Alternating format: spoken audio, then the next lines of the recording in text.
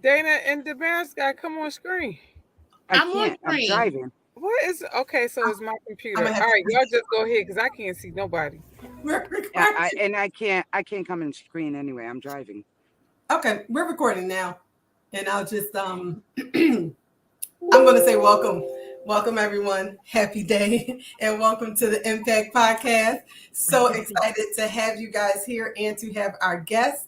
Um, it looks like Obiama dropped off, but she will be back in, right? I want to actually. What happens is, guys, just to let you know a little bit about behind the scenes, right? I told you every time we have conversations, they are podcast episodes. So prior to press and record, we were already having what I consider is one of my joys of life is kind of talking about different ways we approach our lives. And so, first of all, Dana Hutchins, who we will get to introduce her. She's going to tell us about her whiteboard in the back because I'm excited to hear about that. But we were talking about habits basically, and I believe when you share something in public, it kind of holds you accountable. So I'm going to say it on here about Mm, my 21 mm, day mm. challenge. So my 21-day challenge, I am determined to join the 5 a.m. club. Okay, I want everyone to Woo-hoo. know there will be a day where I'm going to be like, guys, I'm gonna go live one day at 5 a.m. because I'm up. That's what's just gonna happen. Oh, I'm here for that. I'm here for that. And I'm I'm gonna here tag for you. I'm gonna be like, good morning. I'm I guess, and And we're I'm gonna gonna see it at respond. 6:30 when I get up.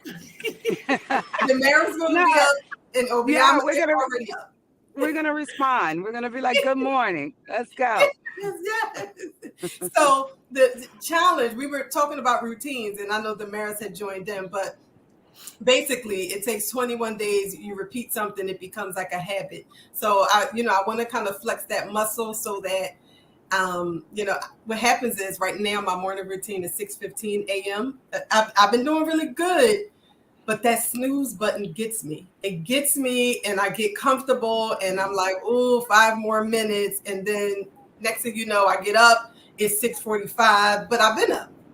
No snooze button. 21 days, 6:15. I'm up because what happens is if I could be consistent at 6:15, I could get to 6 a.m. and then I can get to 5:45 a.m. That's right. That is the 5 a.m. club, though. Technically, I'm just saying, but I'm gonna push for 5 o'clock a.m. So that's just that. baby And steps, and I applaud your progress. I applaud thank your you, progress. That's right, thank baby steps. I'll take it. I'll take it. Thank you. So we will get started. We'll get started. Did you guys want to share about your morning routine? I believe in morning routines. I don't want to cut you guys off. No. So I'll share. So my morning routine, I'm usually up like 3:30, 4 o'clock every morning. But like you, Leah, here's the transparency. Like you, once upon a time, I was in the bed until about 7. I remember way back in the day when I had a family daycare. Don't judge me. I was rolling out when the parents was knocking on the door. That was the other I day. We're used not to, gonna hold it against you. girl, I used to roll out the I used to roll out the bed because all I had to do was go downstairs and open up the door. I'm just listen. And so I have grown. That was over, y'all. That was 2003, 2004. I have grown. So I'm here for the small steps. I'm here for the progress because now I'm up 3:30, 4 o'clock. I got a whole prayer routine. I got you know what I'm saying? I'm like, I'm doing all the things and it's connected to my why though. So when we talk about routines and we talk about why we do what we do, it's important to note that it has to be connected to the why. Because if it's not connected to the why, Yeah. it's not going to last. It's going to be short lived, which is why Yep. I don't subscribe to resolutions because it's short lived. Or even people do stuff like, no shame, I'm just saying that whole 40 days of Lent and the this and the that. Okay, and then you go back to what? Like, what was the point of Of fasting or doing Lent. sacrificing if you're going to go back to the same behavior. So it has to be, when you do a routine, it has to be a lifestyle change, and it has to be connected to your why, which is the bigger picture and the biggest purpose. So then that way you can stay committed to it, because you know you are getting up for a reason. And so you getting up at 6:15 is why, so you can have more freedom, or maybe just so that you can start your morning off not being rushed, not being pulled by the kids, by the spouse, all that kind of stuff. That was why I started getting up 2 hours early, so that I wouldn't have the stress of my children or my this or my that. Yep. I That's needed me right. time in the morning. I That, needed me time in the morning. yep. And It's that's Yeah. what it important. is. I put it at the beginning of the day instead of having to work like this longer day at the end and take away from my family. So it's like, get up, have your quiet time. It's quiet. Do what you need to Yep. do. Prayer, drink my water, get my mind right, Yes. quiet, and then I get them up like 7ish, and now it's crazy. That was exactly the reason. So there is a Well, why. Mm-hmm. Thank I you. actually I bought back my time, right? That me time, and being really strategic and intentional about giving myself time, because I tried it in the evening, to give myself time, but there comes the kids, right? Can't even use the bathroom without them knocking on the door, right? And then I tried at late at night after they're in bed, but I'm exhausted because we had a whole full day agenda. So many things has happened. By the time it's 9 o'clock, I'm ready for bed, so there was no like me time. I wake up every morning, 5 o'clock in the morning, sometimes at 4:30. And I have a ritual. Every morning I wake up, I thank God. That's the first thing I do. As soon as my feet hit the ground, right? As soon as my feet hit the ground. And then I give myself um time to reflect on what my purpose is for the day, Yes. right? And my goals for the day. So and I go with small goals, right? I'm going to take over the world one step at a time. So I'm going to make a change one step at a time. I'm going to, intentionally meet with my husband, and or things like that. But the best planning, and I'm a planner. I'm a very strategic planner. I love planning. Best work I do is from 5:30 in the morning till 7 o'clock in the morning, Oh, honestly. I mean, I and can that's why I want to create leave it earlier. Yeah. modules, I can create, like, I create everything. Most of my content I create during that morning. During the course of the day, we're busy, right? Because once the center's open, once, business hours open, you're getting called here, called there. So that's a distraction. And what I've learned is that I'm able to focus on those calls. I'm able to focus on those distractions a lot more because most of my work was already done. So I take a bit out of my morning time. I'm able to kind of like relax, give me some time. Thank God for allowing me to wake up and asking Him for the strength to continue my work, my purpose in this life, and just do that. One of my, if I'm joining a 21 day challenge, it would definitely be to wake up and walk and enjoy the outside. I drive a lot, right? We always like Yes. working, I'm an hour commute from most of my clients and my centers. So, I drive a lot and I'm always in the vehicle, but I don't really get the moment to really enjoy Earth, like Mother Nature, like, the outside world, like walking. And that's something that I am going to be working on and adding into my 21-day challenge, Aaliyah. So I am going You want to to join? join you. You're Yes, joining? It starts yes, tomorrow. absolutely. Mine Well, started then guess yesterday, what? but it's Uh, tomorrow. Tomorrow I will be walking early in the morning. So when you wake up and you say good morning, I'll probably be in the shower full of sweat because I already finished my walk. Yes, yes. And Abiyam, I'm just Thank gonna you. I say love it. there's no shade. I am Catholic. We were raised Catholic. My children are Catholic. We're all Catholic. We do not follow Lent because I believe, just like you do, um, that I'm not going to give anything up because it's hypocritical unless I really mean it. It's going to be a lifestyle change, right? So I'm not going to stop eating. I mean, I already stopped eating red meat, but let's just suppose I'm not going to stop, eating this or doing that for 40 days and then come back to it on the 41st day. So I totally, I agree with you. So, and this is coming from a full Catholic. So And I think, and I'm definitely going to bring it to you, Dana. So be prepared because I want to ask you about your routine, your morning routine. And that is a purpose. Like I know for me, this 21-day challenge thing is, first of all, I'm one of those people. I like a challenge. It's like, oh, you're challenging me. You challenge me. It's on. Like it's happening. Hold my drink. Right? I got it. Like Yeah. what? It's going down. Like don't even say it like you're challenging me. It's on. So that's A. And then once I hit 21, though, it's no way I'm going back. Because if I could do 21, I could do 30. If I could do 30, I could do 60. If I could do 60, it's now, by the time you hit 90 days, that's a part of your lifestyle. That's you. So that's the purpose. Start with 21. Because if I said to somebody 90, that might feel overwhelming. But if I said 21, you might be on board. And then I'll be like, well, since we had 21, you want to stick with me till 30? And then stick with me till 60, 90. And now we didn't change our lives. One step at a time, like the mayor said. One step at a time. That's One right. step at a time. That's how it's done.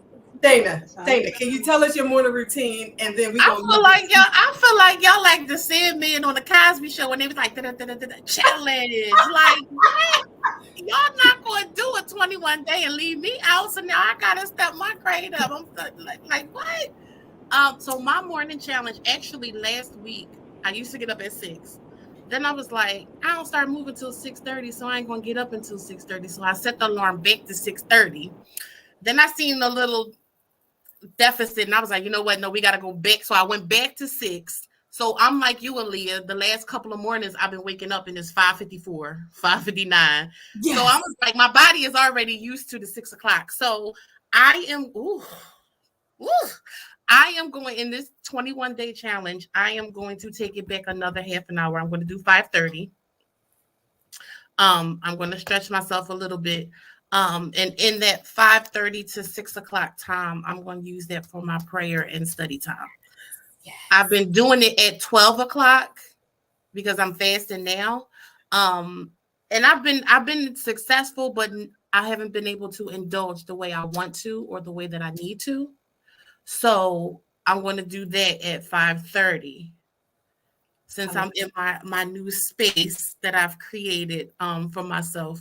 I'm going to set the atmosphere and come down here at 5:30, do what I have to do, and then proceed with my day. And then hopefully I can begin to incorporate some of those things that Damaris was talking about. So while Damaris is up at 5 o'clock, 5:30, doing her best work, honestly, my best work really gets done in the wee hours of like 12 to 2 in the morning. Yes. I'm in the evening. Like I function best. 12 o'clock, house is quiet, nobody's moving, no TV's on, no radio, no nothing. And I can go at least until like 3 in the morning. If I really have like an agenda and it's planned out, I can knock it out. Oh, y'all on this 3 a.m. I can flip it. I wake up and go back to sleep. I'm asleep. No. So I'm saying do my whole day. And after like the dishes are done, he's in bed, the other one is in bed. It's like, all right, now I can get to work. So I can probably start at like 10:30 and go all the way to like 2. Yeah. And then go to sleep, but then turn back around and get up at like 6:30, 6:45. Got it. All right. So you're about to do you're waking up a half hour earlier. You starting with us tomorrow? Tomorrow. Let's go. Let me just say this. The devil ain't ready for so many powerful women waking up this early. He ain't ready. Do you see what happens too? First of all, I don't know if you guys are catching this, but community, when you connect with people, right? Yes. Iron sharpens iron. And look, Dana, like, y'all not going to start something and act like I'm going to be over here left out. You want to be a part. Now, yes. So I don't want to be a part of like little drama things. I don't do that. Challenge me. Challenge me. Challenge me. I might not even be in. You don't know. You don't know what you guys cause. I'm already gonna create a whole WhatsApp group, and I swear, 5:30 in the morning, I'm gonna send out like wakey, let's go. And I'm gonna see for those responses. I'm gonna wait, and I'm gonna time them too. I'm gonna hold y'all accountable. Well, I'm gonna respond at 5 o'clock because I'm gonna be on. Well, I know you will. I got 2 prayer calls in the Obiama morning, probably be on her 5:30 second. and 6:15. So Obiama We probably be already on her second cup of coffee. listen. Obiama and exactly. I already worked, been talked about a routine, what we're gonna, do together by They be five waiting for thirty. me. They be done. Yeah, By yeah, five yeah. Me thirty. and Damaris be texting at 4 a.m. Look, I'll be like, good morning. Let me chime in. Yep. But y'all will catch me earlier. I love it. I love it. I was sharing before we started recording. I was talking about it to Isis and Porsche, and they were like, "Oh, they." And my 11-year-old was like, "I'm in." I was like, "What's?" So my kids want to do it. I told them they have today to decide because my daughter was like, "I'm going to be on my cell phone less," and I'm like, "What's less?" Because 1 minute less is less. We got to put a time. We have to say what? No, not after 8 p.m. How many hours per day? We got to put some parameters around it. So the kids are coming in too. So it's a thing. It's a thing. Starting tomorrow. All right, we're going to send something around. We're holding ourselves. Y'all can join too. Now this will be shared out. Anyone watching, you can join too. Put it in the comments what you're going to do, and we'll hold everyone So accountable. this is Yeah, this one to one I'll the add them to level the up WhatsApp. accountability group. Absolutely. Yep, Listen, it's official. yep. So let's go. There we go. So if y'all All start right. getting a text and an email from me at Y'all 5 ain't o'clock in the ready. morning, Y'all ain't ready don't for be all mad. this fire. Y'all ain't ready. Just saying. I'm just saying. The invite has been put out. That's it. All right. So let us formally introduce Dana. Dana Hutchins is our guest today. Please take a moment and share with us who is Dana Hutchins. Oh my God. Dana Hutchins is soon to be, if I can ever get around to studying, a licensed trauma therapist. I graduated from Eastern University. Yay, Eastern, Obiama. I Yes, I got my master's degree in clinical psychology with a concentration in trauma. Currently, I am a school counselor at Blueford Charter School. I've been in the profession of childcare now for 17 years. This is year 18. This one here is year 18. And I am just ready to merge the two so that we can help our communities get back to a leveled functioning capacity. I love it. I love it. So the topic today, and I'm gonna come back to all that you're doing and merging the two together, but I called the topic back to basics because you mentioned it one time and I was like, oh, and that's literally, and I was like, you want to be on the podcast because I thought what you were saying was it was so powerful because sometimes we look down on going back or going back to the basics. It's like, it's this thought process that I don't want to go back. But when you said it, it was kind of more in regards to full circle type thing. And, let me go back to the foundation and here's some things I wanted to do and it helped propel you forward.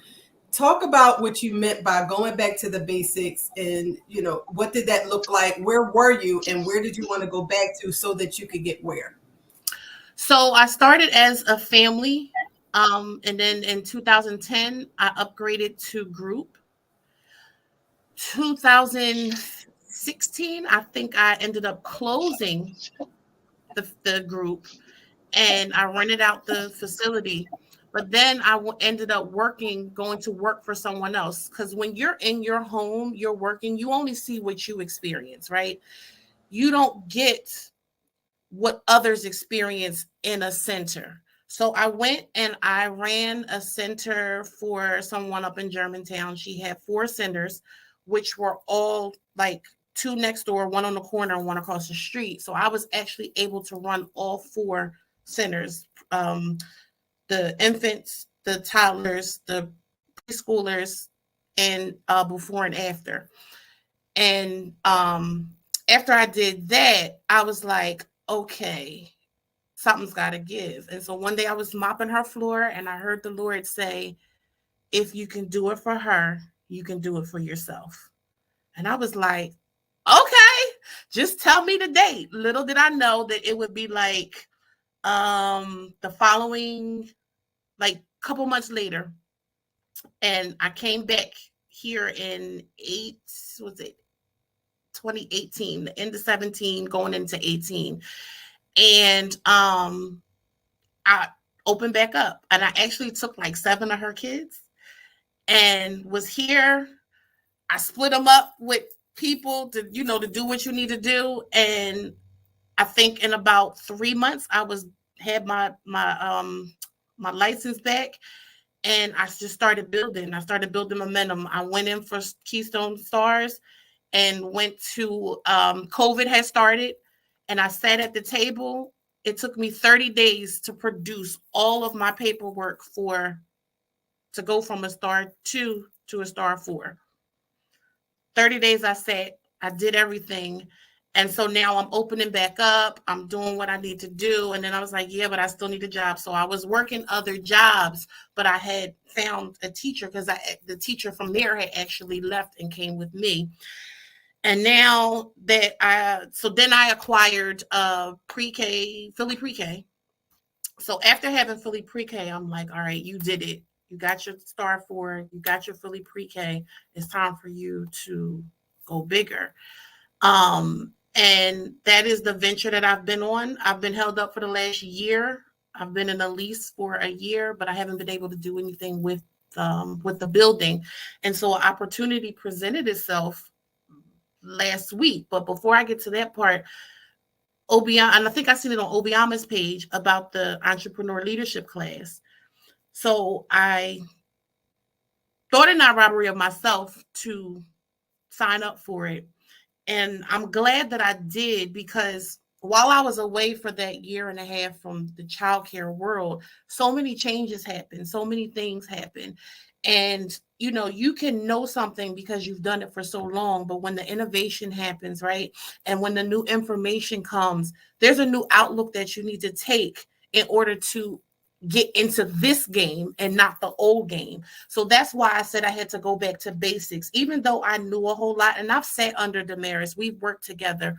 I know her work style. I know her work ethic. I know her drive. I know her push. But being under you 3 ladies, that money that I paid was nothing. Like, to me, it should have been way more because of what I have gotten from that. And so it took me back to basics because I had to humble myself. Some people operate in pride and be like, well, I know how to do it. I did it for this long, but things change. And if you guys have been as successful as you are in doing this, who am I that I can't sit at your feet and learn from you? Because if I sit and I do it right, I can get exactly what you have and more if I, sit myself still and do the work that's necessary in order to get where it is that I want to go. So that's why I took the class, to gain information, a lot of the things I didn't know. And I like the fact that when we got into those breakout rooms, I could help some of the individuals that were in there from the experiences that I have and still have. But the fundamentals of it all, I can now put everything together with what I already had and now move forward. I now have a better understanding of the iron triangle, right?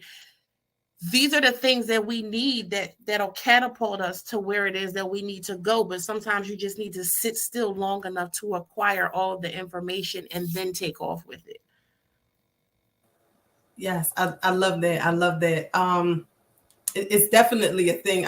When you said that, I looked around the screen, right? And so I can sit in my own box and I can have 15 years of experience. But when we go around this screen and we have all 4 of us, now we're talking over 60 years of experience. So how much more powerful are we together, put our minds together and resolve something so much easier when we are together. So I love when you pointed that out, because each time, and I've said to you guys, and that happens every day when you're conversing with someone, right? When a lot happens when 2 or 3 are gathered, right? The right people. But when you start having a conversation, right? I have conversations with myself all the time, by the way, and they're good. They're good. Mm-hmm. But as long as you don't start answering yourself, you're good. I don't answer.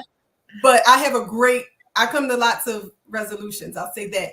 But like together, right? Being in a space of just what happened at the beginning of this call, it's like, oh, wait a minute. Even you guys sharing about what you do, that opens your mind to, okay, that's possible as well. I was fine with waking up at 7. I was fine with it. But how much more better can I be waking up at 6:15? And that's the thing, is when you get around other people into a space that it might be exactly what you an area that you learned before, right? I think I shared with you guys before. I have a bunch of books, and oh my goodness, I read Rich Dad Poor Dad years ago. When I just read it again, I was like, where was the book? It was here all along. I read it, but because I'm in a different space, like you said, I'm in a different space. Yes. And now that I went back to the basics and reread it, because I am who I am today, I had a lot more revelation. Love that. That's the word right there. A lot more revelation. Yeah. Oh, I love it. You also mentioned, because I thought that was interesting. I remember you saying that so you have your childcare program, but you also work somewhere else. You have another job. Tell us about that, because I think that's happening a lot in our industry, and there's a number of reasons why. So I would just be interested in the reason you have another job, because it could be a number of different reasons. So one, I have a group which is only 12 kids, right? And you have to pay your staff. So while everything there is being paid, what's going to pay me, right? So if I have capable teachers in the classroom, it doesn't require for me to actually physically be in the building. And so obtaining this other job, of course, was for financial reasons, but it was also for exposure and experience in a different realm. And so just in being there for those 4 months, it has helped me to see the bigger need. I am a counselor for grades 5 through 8. And a lot of times I see myself helping the kids from kindergarten through 4th. But in that, I think about a month ago, I think I told Damaris, I said, I don't like what I'm seeing. I don't like the emotional instability of these children. And I have an impact on that because I get them before they get there. So if I could do what I do in my own center to help those families, to help those children, to help those parents, then essentially I help the child so that when they get to elementary school, it's not so hard. The environment is not so overstimulating for them that they can't respond accordingly. So it was nothing that we do is wasted. Even the 8 or 9 months that I did at Gaudenzia Drug and Alcohol, that helped me to see that the absent fathers have an impact on the children as well. But then I get an inside look as to what it is exactly that they're dealing with as the reason why they can't be there for their kids, because they can't be there for themselves. So it helps me. I kind of said I started out with infants and toddlers and things like that. In grad school, I was at the domestic abuse shelter doing my intern. And then when I graduated, I ended up at Gaudenzia. And now I'm at Bluford. So I got a whole 360 view of the kids, the mothers, the women that are abused by these men when they have their kids. And then I got a glimpse of the men, how torn up they are, how messed up they are, which are contributing to how the women are essentially there or not there for the children. So it was just like a whole, literally like I'm on a 360 camera and I'm able to see everything, but I'm in the middle looking. And it's like God is saying, okay, how can you use what you have to help fix this? And you came back to basics. And I came back. Welcome home. Welcome home.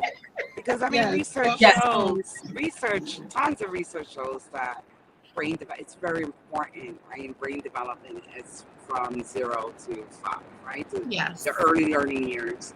Yes. And with your experience, what you have learned, right, and what you have taken the time to educate yourself with, can you just imagine? I could just imagine the impacts that you would make in our children, right, that are experiencing trauma through those early years, right? Mm-hmm. And to give them a great head start, you know, when they go into the K to 5, K to 12 section. Mm-hmm. So welcome home. Yes. Yes. And I love that too. Through my body. I love, I was thinking of the same thing.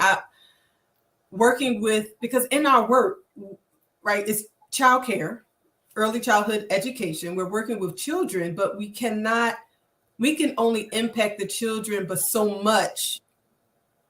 but we can impact them so much more by supporting the families. Absolutely. But we don't, this is where the issue comes in, that what we're so underpaid and all of those things, but we still do try to help everyone. We really do.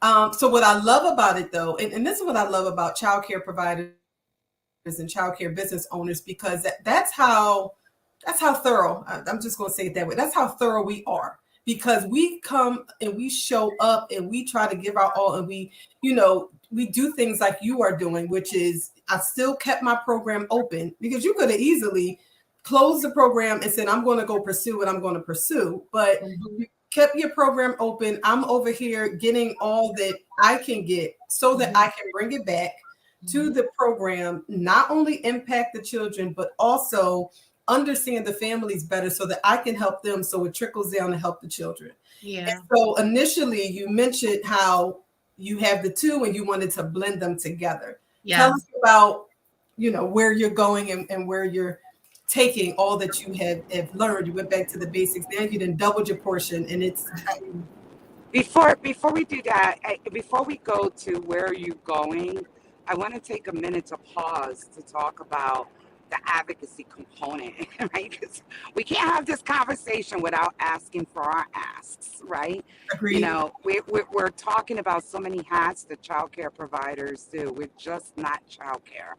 And this is a conversation I had up in Harrisburg last Tuesday, or just Tuesday, when I was up there talking to these legislators about, we're just not childcare. We're not here babysitting. We're not only just educating.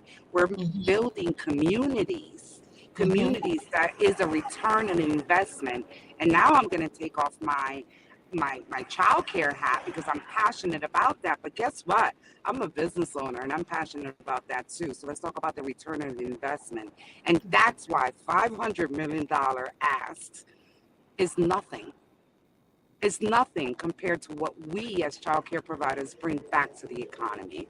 So that's my soapbox. That's my advocacy for the moment. So Dana, I'm sorry for interrupting you, but I had to throw that in.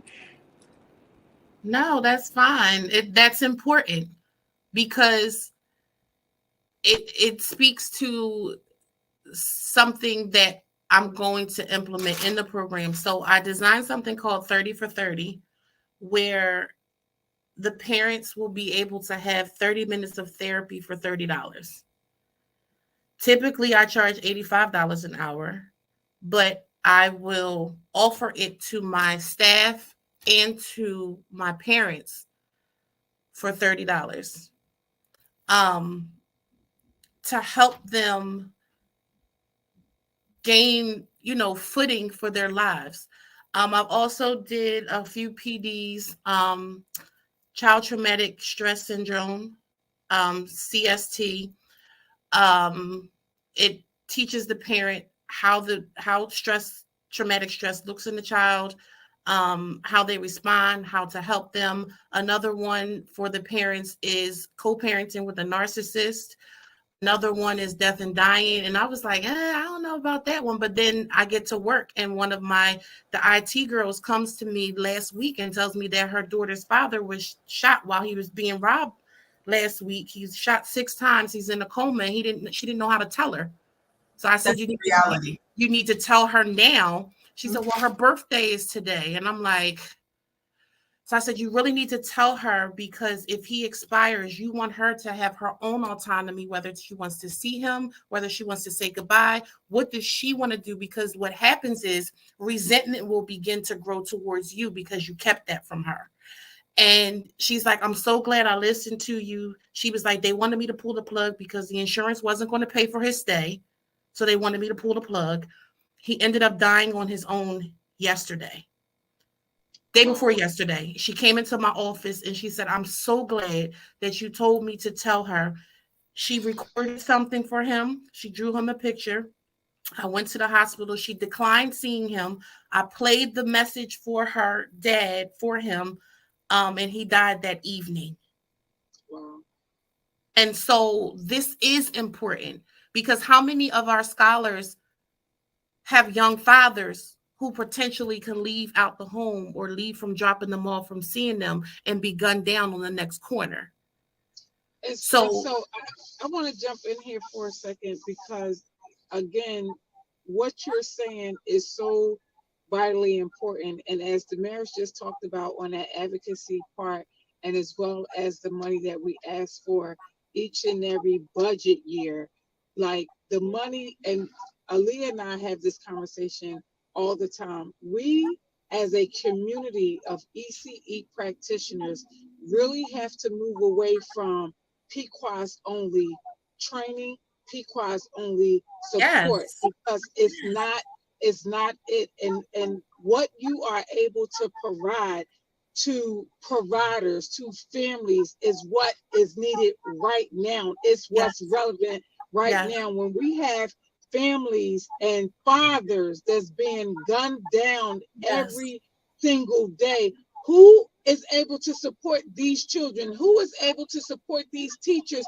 Who is able to support these teachers when they're getting beat up and ate up, bitten up by these daggone children? And then you want them to just go back in the classroom like everything's okay. They need a safe space to process, because they're not okay. Yes. So I have a training for that too, called teacher burnout. Yes. So I want to also jump in and piggyback, not only for the children, but also as a person that works in childcare, I too exhibit, when my teachers too exhibit trauma, right? Yes. And, here's the financial piece, and I want to share this with you guys publicly. My daughter is 16 years old and was facing some traumatic issues, and I had to admit her. She had to go away for a few. And yesterday, I received the bill, and I have pretty good insurance, right? I received the bill for $3,000 for her stay, for this traumatic experience, for me to seek out help.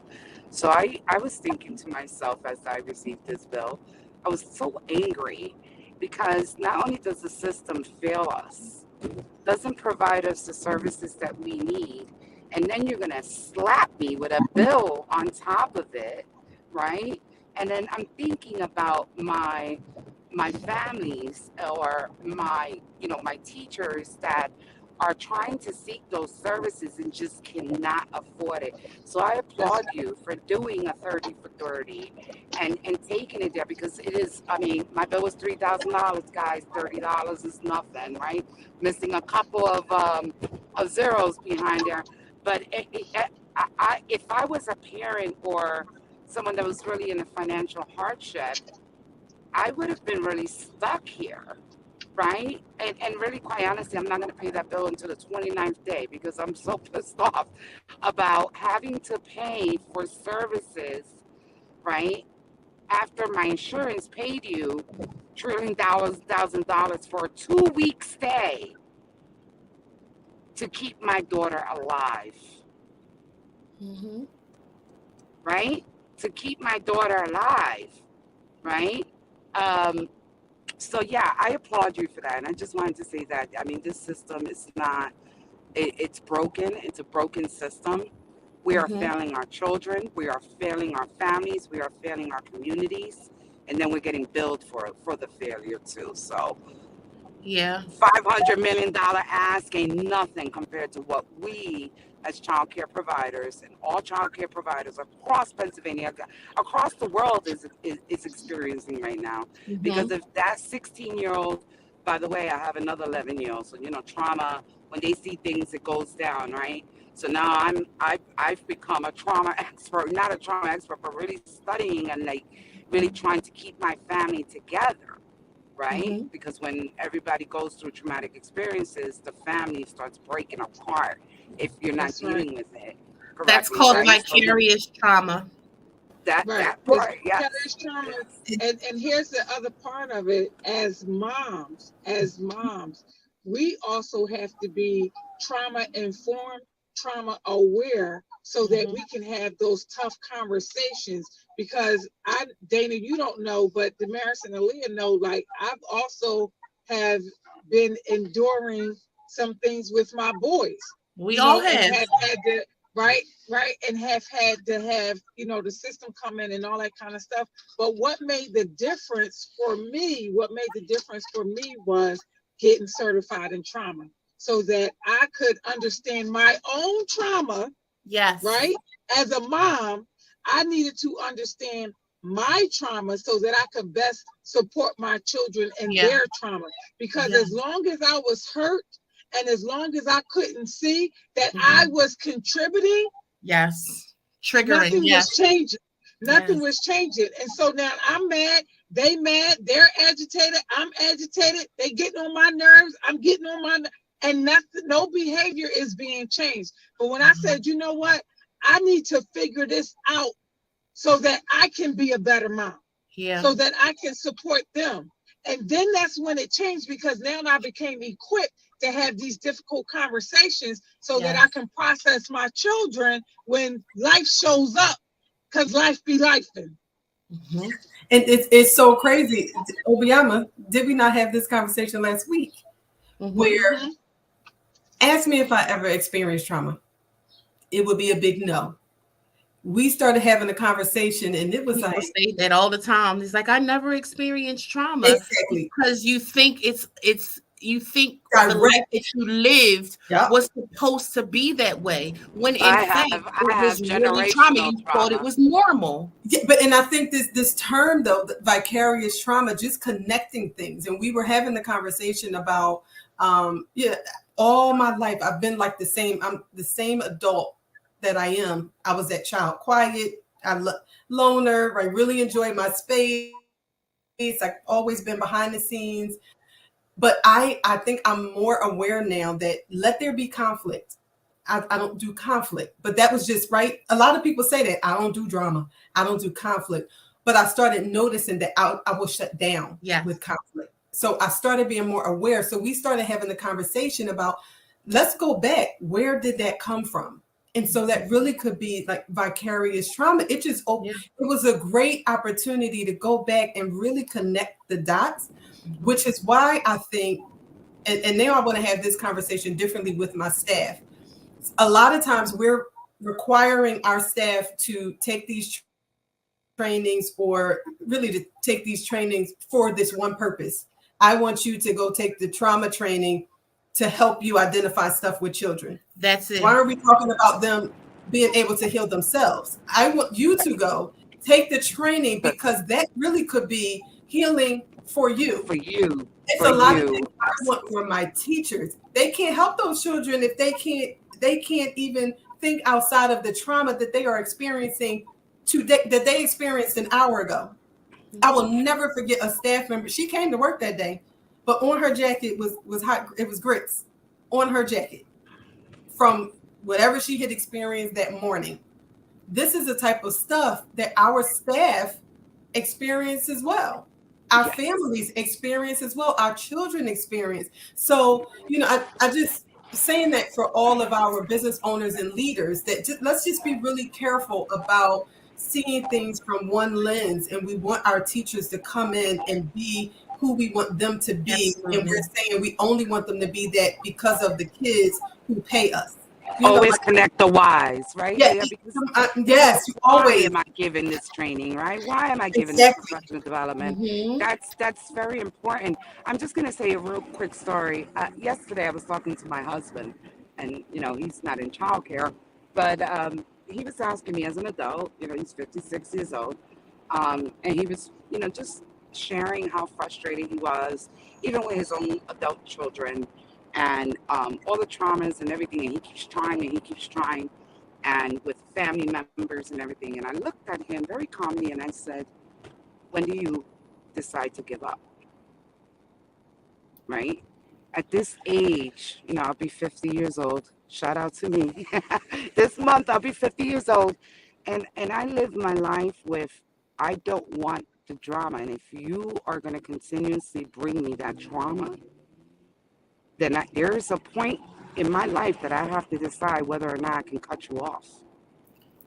And then if you come back, right, to allow you to come back in this different space where we can build a relationship. And I did that, guys, to my 22-year-old.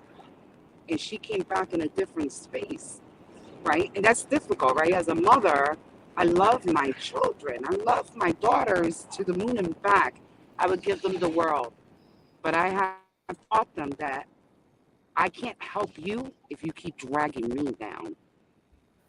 protect Right? you. Because I have to protect myself first. Yes. If not, I'm not going to be able to help you. And that's what I try to, speak to my husband about. Like, you have to understand and you have to know your limits. Yeah. So everybody in the call, know your limits, right? You have to know your limits. And it hurts to cut people off. I'm telling you, I had to cut my own daughter off. But when she comes back, it's sweet. Yes. Right? When they come back, it is sweet. It's a whole different relationship. I'm so happy I did that. I don't regret it. I don't regret it because I taught her, what is it, the School of Hard Knocks, right?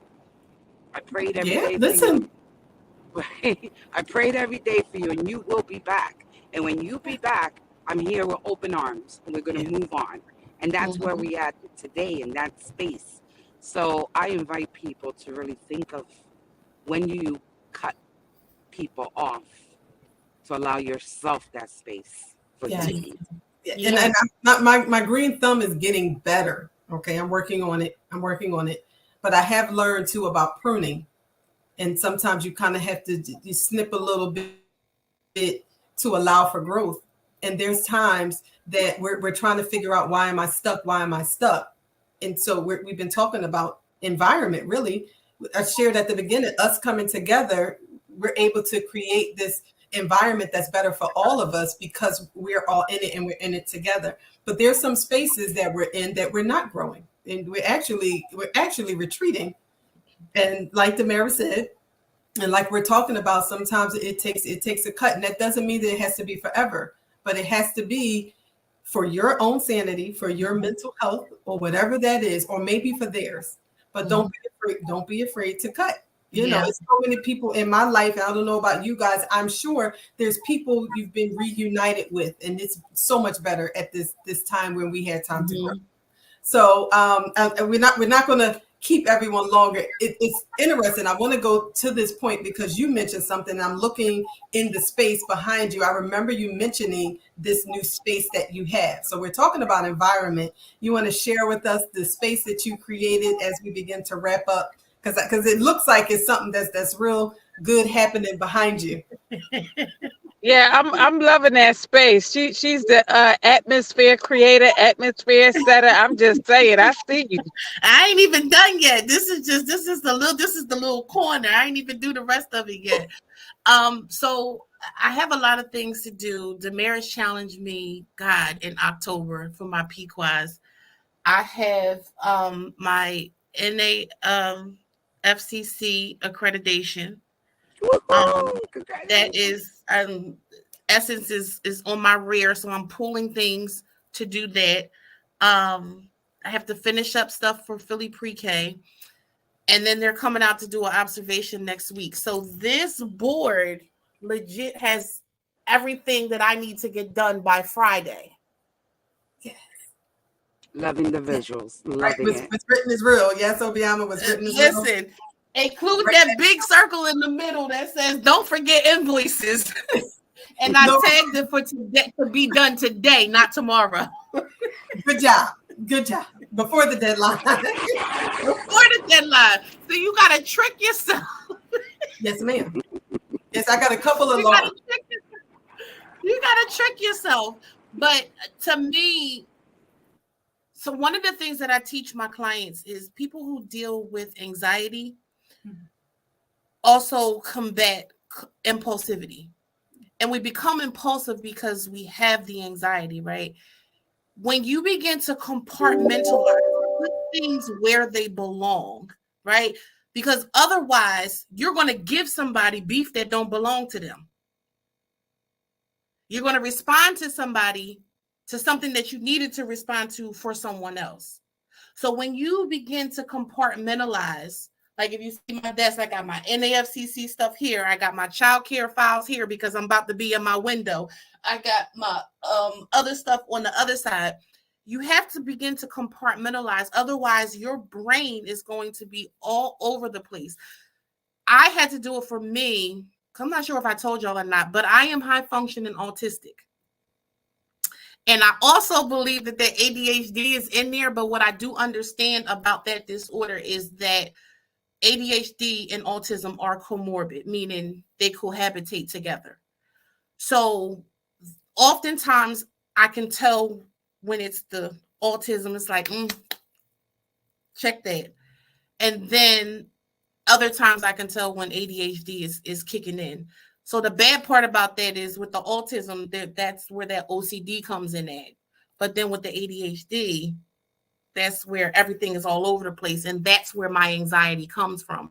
So I had to teach myself how to begin to compartmentalize my life. So I had to give myself a separate space, which is why I live next door to the daycare, because being in the daycare, living in it, not being able to have my own family life, not being able to have Thanksgiving dinner because my tables and chairs are too small. So I had to move out in order to get my life together. So I came down here last night. I said, you need to start. Your checkpoints are due on the 16th, but they're going to be done by the 14th. And so I wrote everything out. I wrote ages and stages for one kid, my kindergarten transitions I need to do. I have one health form to upload. Of course, the teaching strategies, my file folders, like as each part has a different section on the board. But otherwise, I would just procrastinate because everything's all over the place and I don't know where to start. So now that I have my board, I know where to start. So I started with the top corner. The first one was ages and stages. So I had 2 kids that I needed to perform ages and stages on, get it scored and upload it. So that'll be done by today. I can cross that off and then I can work on the rest of these kindergarten transitions. So I don't have all the staff like you ladies do. So I'm a one-man band. So right now, but it has to get done, and I'm the only one that can do it. Soon come with the staff. Soon come. But see, and what I love about that though is that you're preparing now, right? Because we can't get right, well, that's from the Bible it says, right? You got to be a good steward over what you have. Yeah. So if you cannot manage the 2 or 3 that you have, how are you going to get 50? So I love where you are now, right? And I'm gonna tell you what's also going to feel real good, whether you check it off, cross it out, or erase it, because that board looks a little full. When you start seeing progress on that thing, yeah, just like the 21-day challenge, it's like, oh, I can do more. I can do more. It's that progress, small steps. We talked about that at the beginning of the call. Yeah. So this is what we're gonna do. This is how we're gonna wrap this up to make sure y'all got this. Okay. Small steps. A. B. Compartmentalize. I love that. Right. Put that we need order. Right. In decency and in order. I believe in it. We have spoken about. I love too that you spoke about. And that's another conversation because talking about the 2 comorbid. Yes. Look at that because we means that they interlinger together. It made me think about sometimes we don't even know who we have in our buildings, right? Our staff, we don't know what people we don't know what's really going on. So, right, individualizing. We have spoken about environment. Environment is huge. Even the environment, us sitting all together, but the space that you create for yourself a lot of times allows for success. The families. So families and the fact that, right, it is childcare, but you are also working in a space where it can inform you so that you can help the families and merge the two together. Yes. Vicarious trauma. Yes. Vicarious trauma. So if you guys want to look it up, right, a lot of times it's the indirect trauma that we don't know about. I feel like that's another podcast. We'll talk about that another time. I know those were a lot of the points that I had taken away, but just like Damaris had brought up, there's so much advocacy in this conversation too. And I love how we turn these conversations into stories that we can repeat and make sure that legislators and those who have the money, because I don't even want to just keep sticking to legislators. There's so many other people that we can bring into this advocacy work. But what we have to start doing is continue to create these stories, tell them, but put a number to them as well. Yes. We put some money and data in there in dollar amounts. We need to start, because what is your actual cost? I know it's 30 for 30 that you're charging, but what's the real cost of what you'll be providing? It's not $30. No, it's $85 an hour. And that's how much you're giving. You're giving all of this away. It's not really in kind, but you're giving it, but we need to put a dollar amount on that. That's all of my stuff. Would you ladies like to unpack anything before we wrap up this episode? I think you did it. I think you kind of like unpacked it. This was an impactful episode.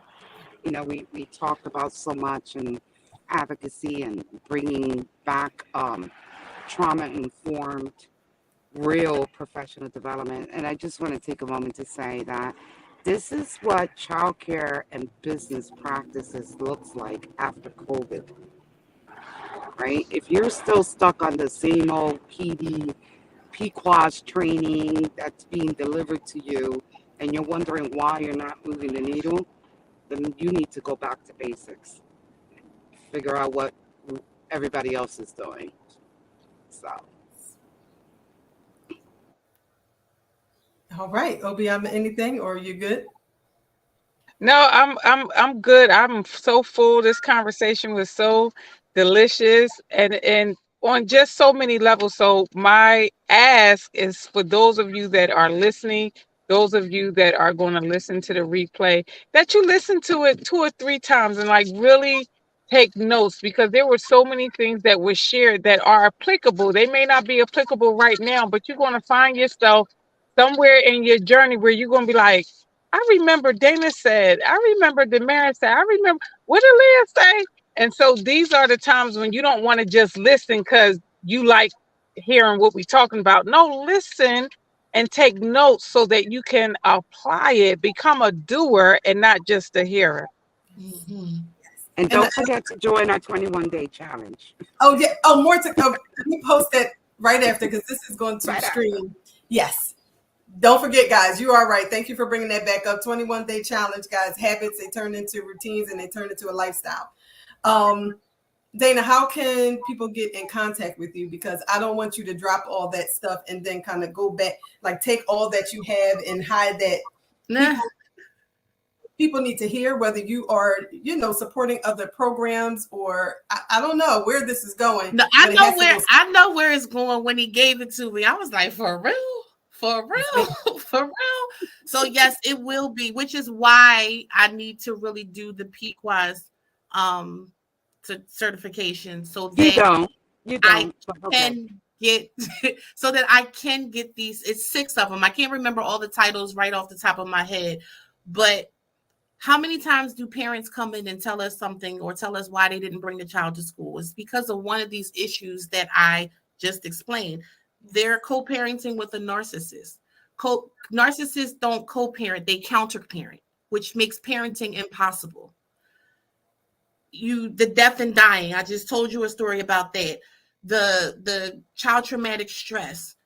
These children have trauma and their parents don't even know it. Oh, he's bad. He's not bad. Somebody touched him. So educating the parent as to what is going on with their child helps us as child care providers, because then we know how to help them when they get in our environment, right? Yeah. The other part to that is because of my past, my mother couldn't help me with my sexual abuse because she never addressed her own. And so a lot of our young parents have their own trauma, which blinds them from seeing their own child's trauma because they're traumatizing their child because they've adapted to all of these maladaptive coping skills, right? Things that they think make it better, which actually makes it worse because that's not the child's personality. So I think the education that I have from the experience that I've had, from the trauma that I've dealt with, I think actually have dubbed I used to say I'm the hope dealer trauma healer, but I think I'm now going to be the hope dealer trauma healer, trauma recovery specialist, helping people to recover from their trauma, because what's happening is we're living in a world where traumatic people are traumatizing other people. Mm. And until you can address your own, you can't help the next person. Because that's another show. Yeah, That's another show. It's another show. We're gonna put a pin in it. We're gonna put a pin in this.